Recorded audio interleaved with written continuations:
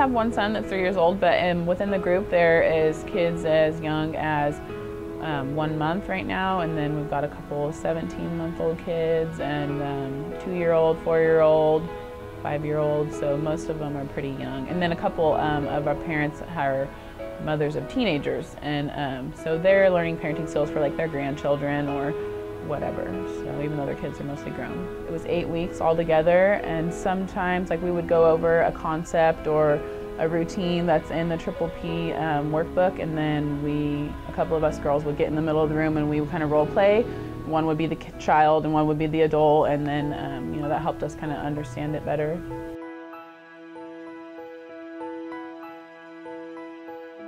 Yeah, it absolutely was, because their feedback, you know, helped me, and I could bounce my ideas off of them and just get more input, and it absolutely gave me more positive alternatives to just being stressed out and not knowing really what to do or how to act, and not letting my like anxiety or just daily stress mess up my relationship with my son. So it's like I could totally separate myself from all that when I'm with him and just interact in a positive way.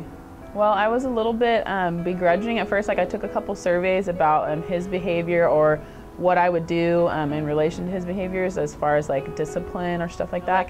Basically, based on my survey, I'm a perfect parent and my kid is a perfect child. That's what it was.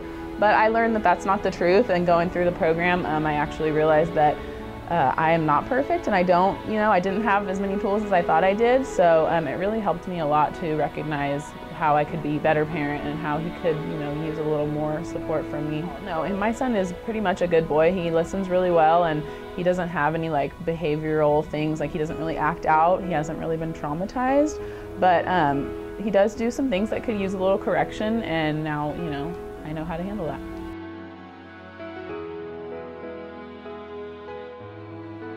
The one thing that I use the most, I think, and that helps the most is positive language, not saying don't do this, stop that, you know, get away from there.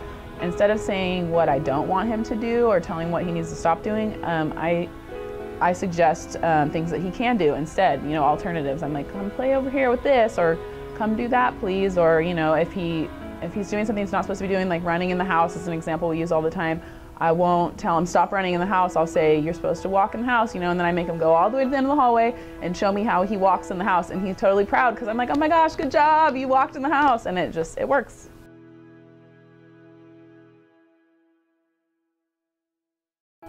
For parents that have like really specific problems with their children and maybe they think that this program isn't specific enough for them, I think it really is, because even when your child's like acting out and doing the most outrageous things, abnormal things, it's really the root of the problem. It's just as simple as, you know, needing a little love or attention, and this program offers you tools that you can use, and you'd be surprised how your child will react to just you changing your tone of voice or using positive language instead of, you know, accusatory language. It just changes the whole perspective, and just like I said, a sticker book can be the thing that will change everything. And then for parents who, you know, think they've got it licked or whatever, you'd also be surprised how easy it is to just make your relationship with your kid so much more joyful. And I look forward to seeing him all the time now, and I know that's because of the positive language thing. So just the way you talk to your child can change everything, and there's so many more tools than just that in this program.